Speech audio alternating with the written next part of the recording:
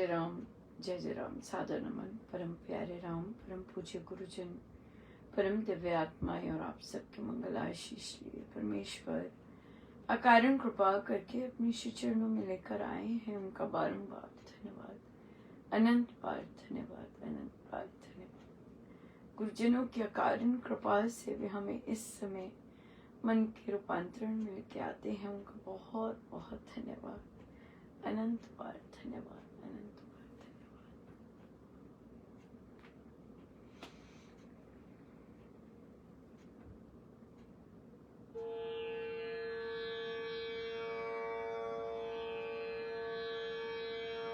श्री कृष्ण गोविंद हरे मुरारी,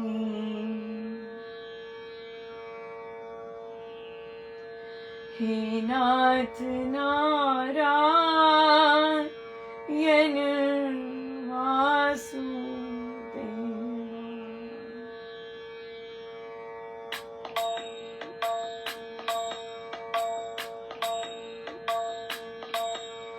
श्री कृष्ण गोविंद हरे मुरारी, हे नाथ नारायण वासुदेवा।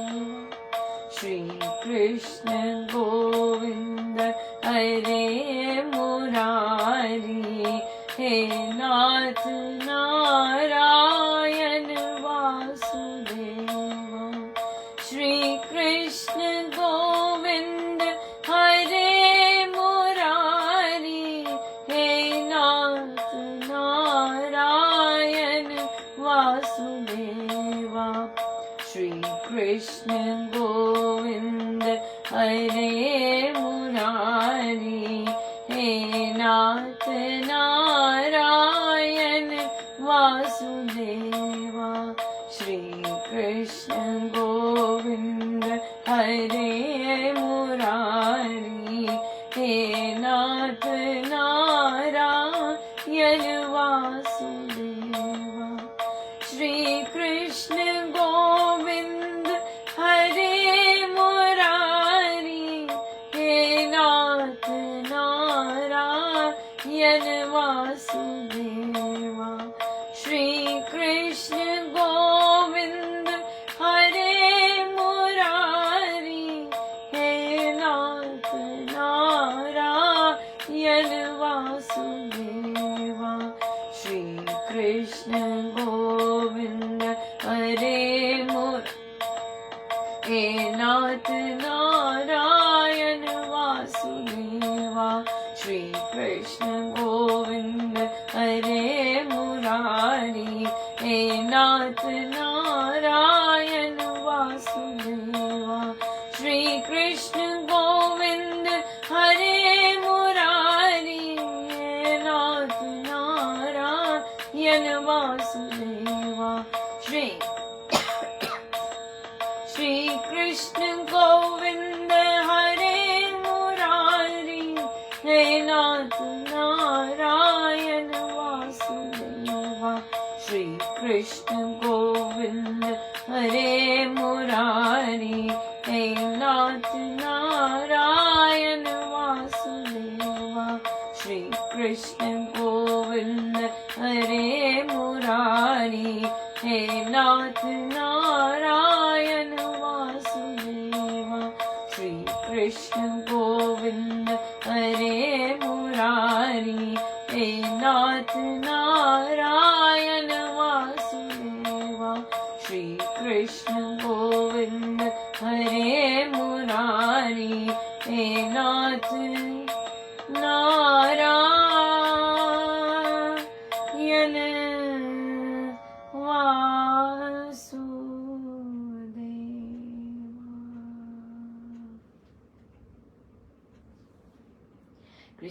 श्री कृष्ण जन्माष्टमी के पावन पर्व पर हम सबको बहुत बहुत बधाई, बहुत बहुत शुभ मंगल कामनाएं। प्रभु की बहुत कृपा है कि भगवान बहुत ज्यादा कृपा है आपकी, बहुत कृपा है, बहुत कृपा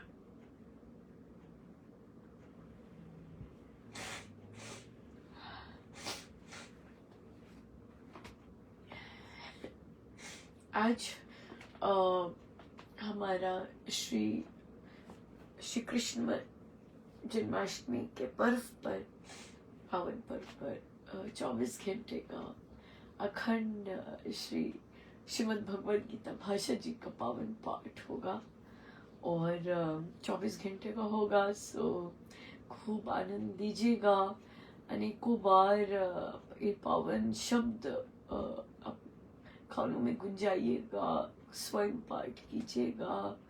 ऐसे कहाँ अवसर मिलते हैं कि एक बार नहीं अनेकों बार गीता जी का पाठ कर सके और प्रभु की दया अनुकंपा का क्या। और देखिए सोशल मीडिया पर अखंड अखंड गीता जी का पाठ, क्या बात है ना, कितनी सुंदर बात है। सो होपफुली हम लाइव जा सकेंगे शायद।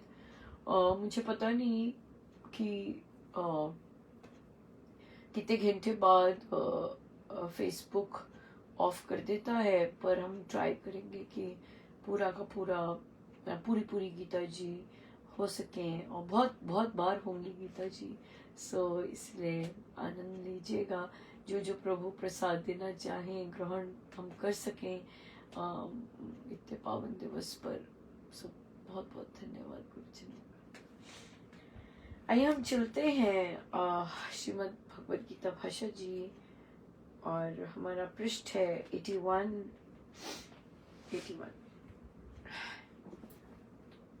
जो जन दुख में व्याकुल मन वाला ना हो, ना घबराए, जो सुखों में नवीन सुखों की प्राप्ति की इच्छा रहित हो और जिसका राग भय दूर हो गया है, वह स्थिर बुद्धि मुनि कहा जाता है। अनुकूल वस्तु में प्रीति होना राग है, प्रतिकूल वस्तु में वह व्यवहार में द्वेष का होना क्रोध है। प्रिय वस्तु का वियोग तथा नाश के विचार से भय हुआ करता है। अपने प्यारे प्राणों की पीड़ा का ध्यान करके भी भय हो जाया करता है। ये तीनों वृत्तियां मनुष्य की बुद्धि को चलायमान कर दिया करती हैं। इसलिए जिस जन ने इन तीनों को जीत लिया है, वह कर्मयोगी स्थित प्रज्ञ कहा गया है। यह पहले प्रश्न का उत्तर है। या हम घबरा जाते हैं और हमें पता भी होता है सब कुछ, पर कई बार समय ही ऐसा आ जाता है और हमें होता है कि हमें पूरा पता होता है कि हमारी सोल्यूशन ये है या ये है, लेकिन फिर भी हम हल्के से या ज्यादा विचलित हो जाते हैं। पर उसके बाद विचलित, जैसे अगर वो समय है, अगर वो उस तरह से आया हुआ है या जैसे भी है, अगर प्रभु हमें वापस लेके आते हैं तो भी बहुत बहुत भारी कृपा है कि वो चक्र लगा के आप वापस आए। नहीं, मुझे पता है मुझे क्या करना है। तो क्या होता है कि कहीं ना कहीं कोई कमी होती है, जैसे कि मेरे साथ ही हुआ। सारा दिन शायद इसी तरह से था। मुझे सुबह पता था कि मुझे क्या करना है और मैं बिल्कुल ठीक मेरा माइंडसेट रहा। पर हाँ, यस, क्या हुआ कि जैसे कि कार्य क्षेत्र में मैंने देखा कि मेरी ईमेल्स तो स्वीकार नहीं की, पर फिर मैंने देखा कि दूसरों की होती जा रही है, दूसरे डालते जा रहे हैं। फिर मैंने बात की, मैंने कहा ऐसा इस तरह से दूसरों का आना शुरू हो गया। और फिर मेरा तो जरूरी, सबका ही जरूरी होता है, पर फिर भी तो फिर मुझे पता था मुझे क्या करना है। मुझे यही था, अंदर मेरा चल रहा था कि तुम चुप करके अपना काम करती जाओ और इस तरह मत हो। बट कहीं ना कहीं बैक ऑफ द माइंड जब भी थोड़ा फ्री होता तो वहां जाता और मैंने अपने आप को ही जानबूझ के, सब कुछ पता है क्या करना है, उसके बावजूद उलझा दिया। लेकिन बच्चों के साथ, स्टूडेंट्स के साथ इतना जबरदस्त रहा। और बच्चे बहुत बिल्कुल नए क्लास में हैं और हम लोग बाहर आज उनको लेके जाना था, दिखाने, फील्ड एक्सपीरियंस था उनके लिए, और बहुत अच्छे से उन्होंने कंडक्ट किया। सबसे इतनी खुशी की बात थी कि बट कहीं ना कहीं बैक ऑफ द माइंड था, पर फिर भी उसके बाद भी प्रभु पूछते जा रहे थे कि अच्छा हम कल आ रहे हैं, हम ऐसे आ रहे हैं, हम वैसे आ रहे हैं, ये सब है, ऐसा है, वैसा है। सो सब कुछ बढ़िया होते हुए भी पर हमारी कहीं ना कहीं तार अटक जाती है। हमें सोल्यूशन भी होता है और फिर भी हम अटक गए। और सबसे प्यारी बात है कि जब आप शांत होते हैं, अपने साथ होते हैं और आप धन्यवाद करते हो, माय गॉड मैं लौट आया। ये सबसे प्यारी बात होती है कि ओके, बिल्कुल ठीक है और तुम चलते जाओ जैसे है। तो यही था कि व्याकुल ना हो, दुख में व्याकुल मन वाला ना हो। दुख तो था ही ना, पर फिर भी नजर गई, अरे अरे बाकियों को कर दिया, मेरा ऐसे पता भी होता है उसके बावजूद भी।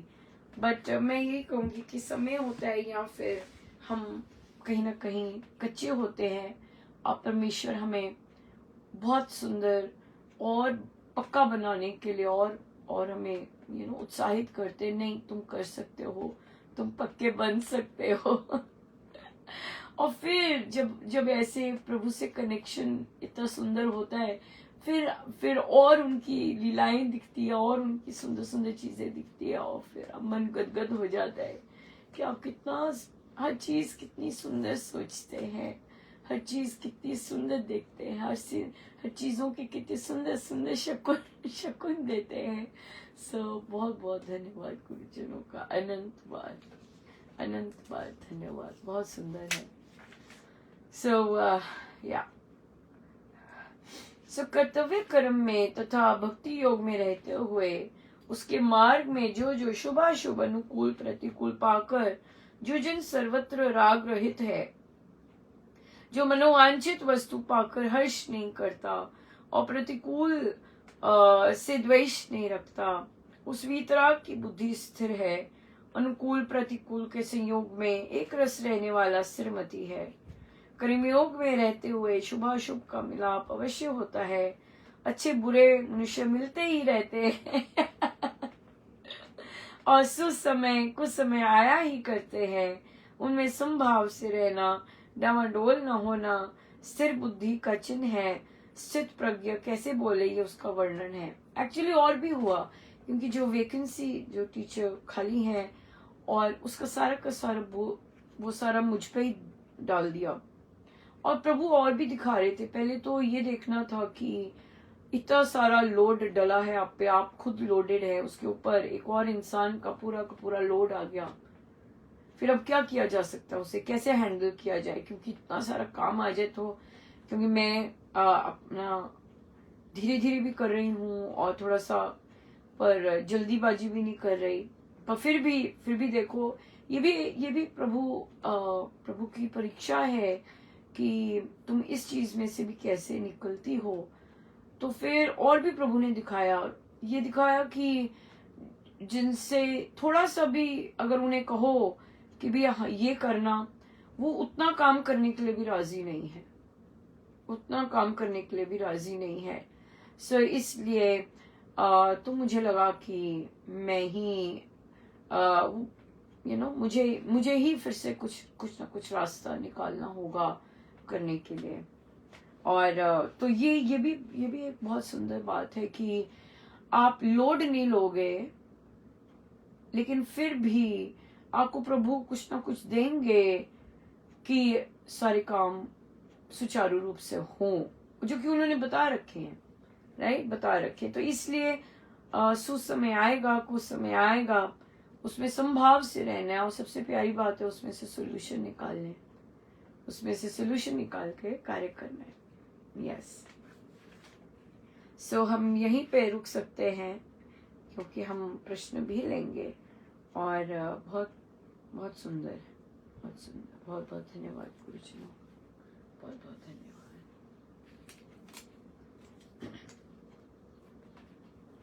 हमारी चर्चा चल रही थी कि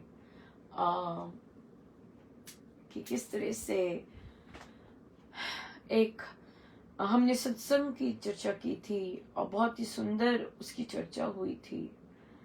और हम अब चर्चा हमने हल्की सी शुरू की थी कि संचालक कैसे होने चाहिए, राइट।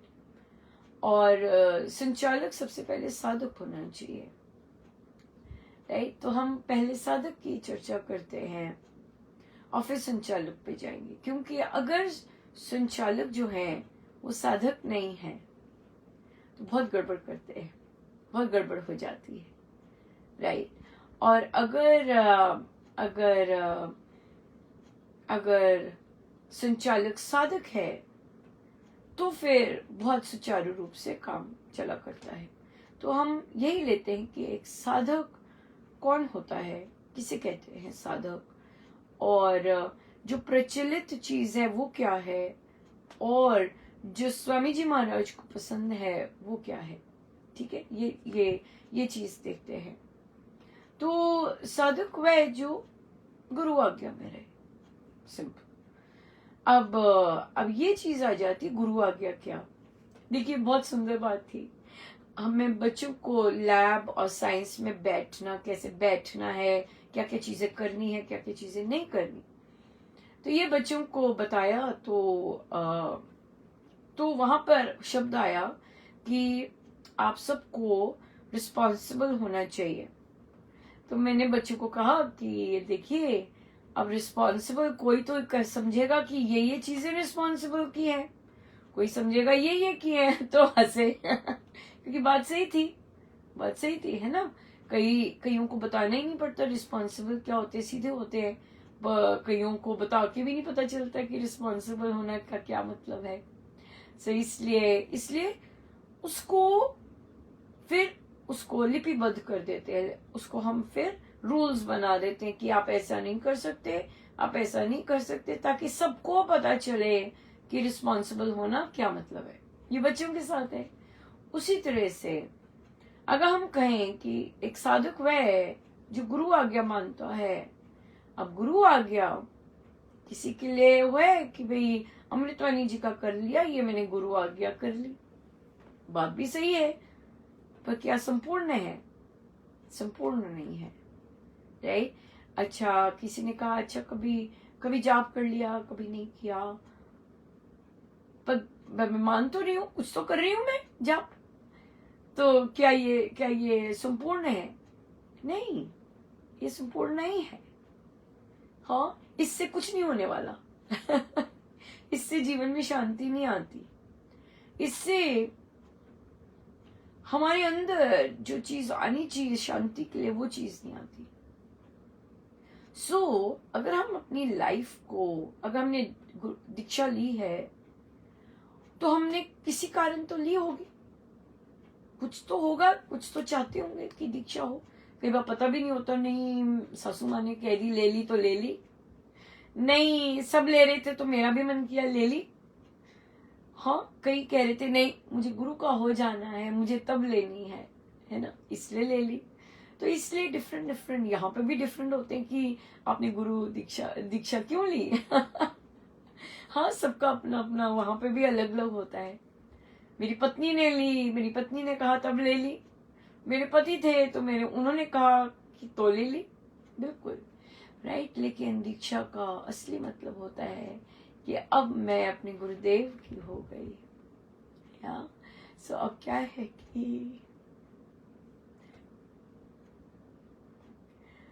कि हम बहुतों के होते हैं, है ना। हमने कथा प्रकाशी में पढ़ा ना, कितनी तरह का प्रेम होता है, शास्त्र में लिखा। पति के साथ प्रेम, माता पिता वाला प्रेम, राइट। पति के साथ प्रेम, बच्चों के साथ प्रेम, मित्रों के साथ प्रेम, है कि नहीं। फिर परमेश्वर के साथ प्रेम, और फिर आत्मा और परमात्मा का प्रेम, राइट। तो फिर तो सबके साथ संबंध होते हुए भी जब गुरु जीवन में आते हैं, और तो इसका मतलब अब मैं इनकी हो गई, राइट। यूजुअली हम क्या कहते हैं, अगर महिलाएं अधिक हैं तो क्या बोलती हैं वो, मैं पति की हो गई, और सारा टटर करके अपना सारा कुछ बताने लग जाती हैं अगला सुनता भी है कि नहीं पता नहीं। राइट। लेकिन क्योंकि महिला है, भाव प्रधान है, तो वो वहां जो पुरुष मिलता है जिसके साथ उसका गठबंधन होता है, वहां कहती है मैं उसकी हो गई। पर जरूरी नहीं कि जो अंदर से उसकी हो जाना है वो उसे मिले हो जाना है। राइट। क्योंकि क्योंकि जिस तरह वो चाह रही है हो जाना किसी का, तो वो कुछ अलग हो, वो कुछ बिल्कुल अलग हो। राइट। सो इसलिए गुरु तो इसलिए वो चीज इसलिए भी रहती है क्योंकि कोई यात्रा और भी है। हाँ, कोई यात्रा और भी है। तो दीक्षा हो गई, अब मैं गुरु की हो गई। हाँ, तो हमारे मम्मी पापा के रीति रिवाज होते हैं कई घरों में ससुराल वालों के रीति रिवाज होते हैं, कई फ्री होते हैं कई फ्री होते हैं। तो वहां पे फिर गुरु जो कहते हैं, राइट, गुरु जो कहते हैं वहां फिर उनके अनुसार चलना आरंभ हो जाता है। अब सारा कुछ तो नहीं पता चलता कि गुरु क्या चाहते हैं, क्योंकि उसके लिए तो फिर हमें काम करते रहना होता है। राइट। कितने सारी साधिकाएं हैं जो नामोपासना में आए और कितने वर्षों से जाप कर रहे हैं, और फिर उस जाप का क्या फल हुआ कि स्वामी जी ने बताना शुरू किया कि उन्हें क्या पसंद है। एक साधक जी भजन गा रहे थे कि मैं क्या जानूं आपको क्या पसंद है। अरे भाई, ये नहीं जाना गुरु को क्या पसंद है तो कैसे काम बनेगा, कैसे काम बनेगा। कई बच्चे झट से जान जाते हैं टीचर का, इस टीचर ने देने नंबर, चुप करके काम करते जाओ, कपलेबाजी नहीं करनी, इजी चीज है।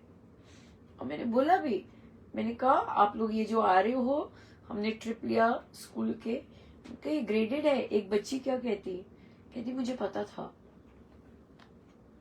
कहती तभी मैं यहाँ खड़ी हूँ कहती मुझे पता था तभी मैं यहाँ खड़ी हूँ। यस, मैं कहा वेरी गुड, तुम्हें पता होना चाहिए कि तुम्हारे टीचर कैसे हैं। हाँ, तो फिर हमें पता होना चाहिए हमारे गुरुदेव को क्या पसंद है, क्योंकि गुरु रीझे तो रब रीझे। और महाराज कहते गुरु तो छोटी छोटी बातों पे रीझ जाते हैं, छोटी छोटी बातों पे रीझ जाते हैं। आप यकीन मानिए, महाराज उस बच्ची से इतने खुश थे जिसने सत्संग में पीछे मुड़ के देखा अपनी माँ और भाई को कि चुप क्यों नहीं हो रहे। मुझे रोज कह रहे थे वो लोग मुझे पसंद नहीं करते, पहले पसंद करते थे पर अब उनकी संगति अलग हो गई, इसके कारण अब वो मुझे पसंद नहीं करते। लेकिन देखिए, महाराज को तो कोई फर्क ही नहीं पड़ता कि कोई आपको पसंद कर रहा है नहीं कर रहा, जो उन्होंने भिजवाना है कहते भिजवा।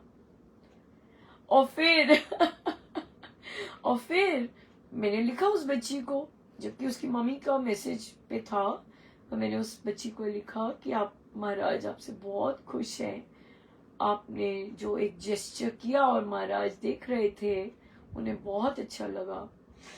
और फिर और मुझे वो रोज याद दिलाते थे और मैं रोज भूल जाती थी, पर अब फिर मैंने लिखा और फिर उसे बच्चे को कहा कि बहुत अच्छा लगा आपको देखकर। और फिर उसे बच्चे को कहा कि आप बेटा अगर म्यूजिक सीखना चाहते हैं, और मैंने उसे लिखा कि मैं लिख रही हूँ और महाराज मुझे बोल रहे हैं कि ये लिख, अगर आप म्यूजिक सीखना चाहते हैं तो मैंने कांटेक्ट नंबर दिया कि मैंने कहा बेटा आप यहाँ से सीख सकते हैं अगर आपको इंटरेस्ट हो। महाराज डजंट केयर कि कोई आपसे घृणा कर रहे हैं, द्वेष कर रहे हैं, ईर्ष्या कर रहे हैं। आपसे जो काम जहां दिलवाना है, करवाना है, वो उन्हें करवाना है। उनकी माँ आज देखे या बच्चे को पता, जरूरी नहीं बच्चे को ये मैसेज भी मिलेगा, राइट। हो सकता है कितने वर्षों बाद अगर क्या पता कुछ मिले मैसेज, क्या पता, है ना, हमें नहीं पता। पर महाराज ने आपसे दिलवाना है तो दिलवाना है, रिजल्ट नहीं पता, रिजल्ट नहीं पता ये, राइट। तो इस तरह से इसलिए गुरु जो है, गुरु के हो जाना और फिर ये पता होना कि गुरु को क्या पसंद है, अब देखिए अनंत साधक है, कितने सारे साधक है अब कि उन्हें पता है कि स्वामी जी को क्या पसंद है क्या नहीं पसंद।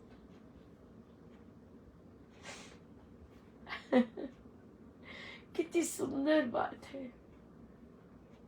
स्वामी जी को किस तरह का जाप करना पसंद है उन्हें पता है अब। स्वामी जी को किस तरह से पसंद है कि हम प्रभु को प्रमुखता दें। जितना मर्जी इधर उधर फंसे पड़े हैं, लेकिन हम अपने सत्संग के लिए आए, हम अपने बैठक के लिए पहुंचे। हाँ, तो स्वामी जी को बहुत पसंद है, ये बहुत ज्यादा पसंद है कि हम संसार से को छोड़कर सत्संग को प्रमुखता दें, सत्संग को प्रायोरिटी दे। ये स्वामी जी महाराज को बहुत पसंद है। राइट, हमें सबको पता लगा कि स्वामी जी महाराज को पसंद है। हाँ, स्वामी जी महाराज को ये भी पसंद है कि हम राम नाम को जीवंत माने, कि राम नाम कोई सो नहीं रहे, कोई ऐसे चित्र नहीं है।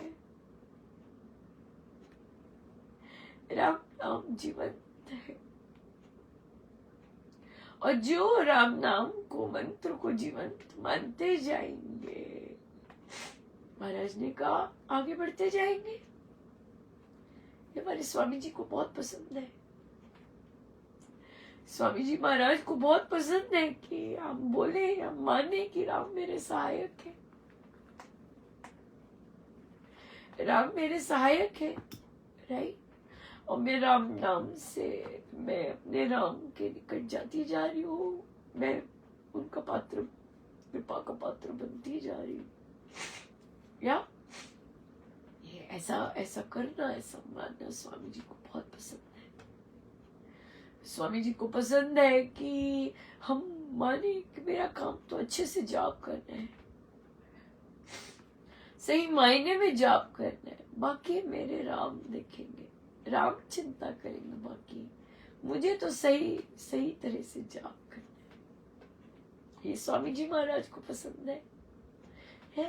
स्वामी जी महाराज को पसंद है कि हम अंग संग माने कि मेरे राम मेरे अंग संग है, मेरे राम मेरे अंग संग है, हर समय अंग संग है, मैं राम की गोदी में हूँ। मेरे राम मेरे अंग संग है। स्वामी जी को बहुत पसंद है कि हम इस तरह से सोचे, इस तरह से माने। बहुत पसंद है उन्हें, बहुत चीजें पसंद है हमारे गुरुजनों को। और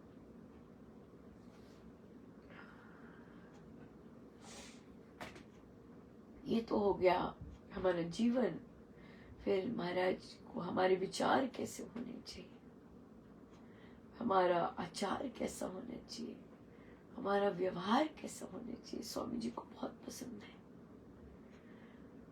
तो अगर हम ये सब नहीं कर रहे, लेट्स से हम साधक हैं, ये क्या बोल रही है, मैं तो बस राम नाम जपती हूँ, मुझे और कुछ नहीं पता है। हाँ, मुझे बस राम नाम जप रही हूँ, मुझे और कुछ नहीं पता है।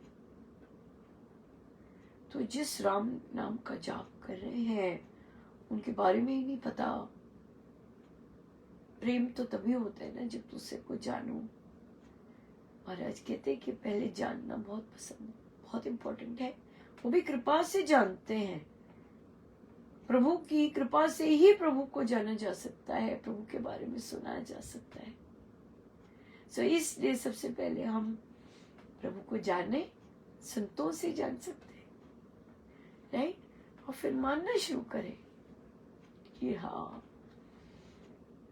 फिर क्या हो जाएगा, फिर क्या होता है, साधक लोग बस राम राम ही जप रहे होते हैं। वो मानते नहीं कि इस राम नाम से मुझ पे कृपा हो रही है, वो मानते नहीं कि मेरे अंदर राम नाम से रूपांतरण आ रहा है, वो देख नहीं पाते इस तरह से। और एज अ रिजल्ट ऑफ क्या हो जाता है कि जो राम नाम सही जगह से लेना होता है वो हो नहीं पाता, राम नाम लिया नहीं जाता। उसके कारण हम अपने आप को देख नहीं सकते और फिर हमसे कर्म होने लग जाते हैं गड़बड़, क्योंकि हम अपने आप को देख नहीं रहे कि हम क्या गड़बड़ कर रहे हैं। As a result of which क्या हो जाता है कि हमसे और गड़बड़ हो जाती है, और फिर गड़बड़ होती जाती है, होती जाती है, होती जाती है, राइट। तो क्या होता है, कल महाराज ने बोले, महाराज कहते अगर हम ईर्ष्या जैसी अग्नि को समाप्त नहीं करते हैं, हाँ, तो वो क्या करती है, पिछली भी कमाई, पिछली जितनी कमाई है वो सारी खा जाती है, पूरी खा जाती है। तो किसी ने पूछा कि अनुपमा, पर्सनल क्वेश्चन पूछा, अनुपमा अगर आपसे कोई, आप जैसे आप कई रामोपासना लेते हैं और फिर कई बाकी चीजें भी ग्रुप लेते हैं, तो उसमें अगर आपसे कोई ईर्ष्या कर रहा हो तो देखिए खुद का ही सब कुछ जल जाता है। ईर्ष्या करने वाले का खुद का ही जल रहा होता है, उसमें फिर जो ट्रांसफॉर्मेशन होती है वो रुक जाती है। पता नहीं चलता कि हम में ट्रांसफॉर्मेशन हो रहा है कि नहीं, पता ही नहीं चलता कि मुझे कैसा बिहेव करना है या कैसा क्या करना है, वो चीज पता नहीं चलती। सो कई बार क्या होता है, हमें बहुत सारी अच्छी उन्नति हो रही होती है, पर क्योंकि हमारे अंदर ऐसी चीज आ जाती है हम स्लाइड बैक भी हो जाते हैं, और फिर हमें कई कारणों के कारण हमें हमारी ग्रोथ नहीं होती।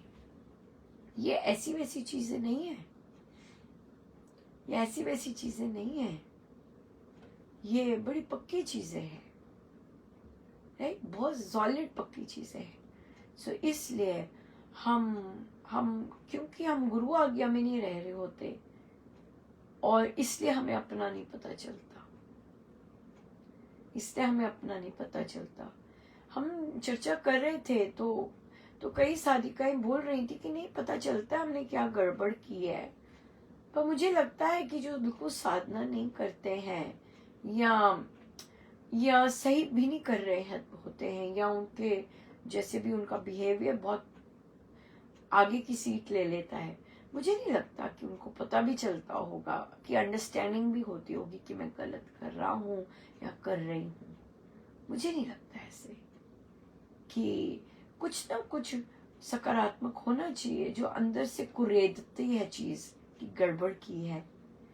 मुझे नहीं लगता कि जो मैं गलत भी हो सकती हूँ, पर मुझे लगता है कि नहीं पता चलता। जो साधना नहीं करते, जो उन्हें नहीं आभास होता कि हम गलत कर रहे हैं या हमने कुछ गलत किया है, या नहीं आभास होता। पर हमें तो ये देखना है कि हम क्या करें ताकि हमारे गुरुदेव प्रसन्न हो, और उसके लिए तो हमें जानना होगा कि हमारे गुरुदेव को क्या पसंद है। बहुत इम्पोर्टेंट है ये कि जानना कि मेरे गुरुदेव को क्या पसंद है, राइट। सो इसलिए हम कंटिन्यू करेंगे इसी पर, राइट, क्योंकि हमने वहां पर भी जाना है कि फिर संचालक कैसे होने चाहिए, राइट। ये चीज हम जैसे जैसे महाराज सिखाते जाएंगे हम करते जाएंगे। सो खूब आनंद लीजिएगा आज के उत्सव का। हमारे यहाँ तो रेगुलर ही रहेगा सब कुछ। सो इसलिए पर महाराज की बहुत दया है कि देखिए कहीं ना कहीं पार्टिसिपेट करने को भी बहुत अच्छा मिल जाता है सो बहुत बहुत धन्यवाद गुरुजनों को, अनंत बार धन्यवाद, अनंत बार। आइए हम सीधे होकर बैठे।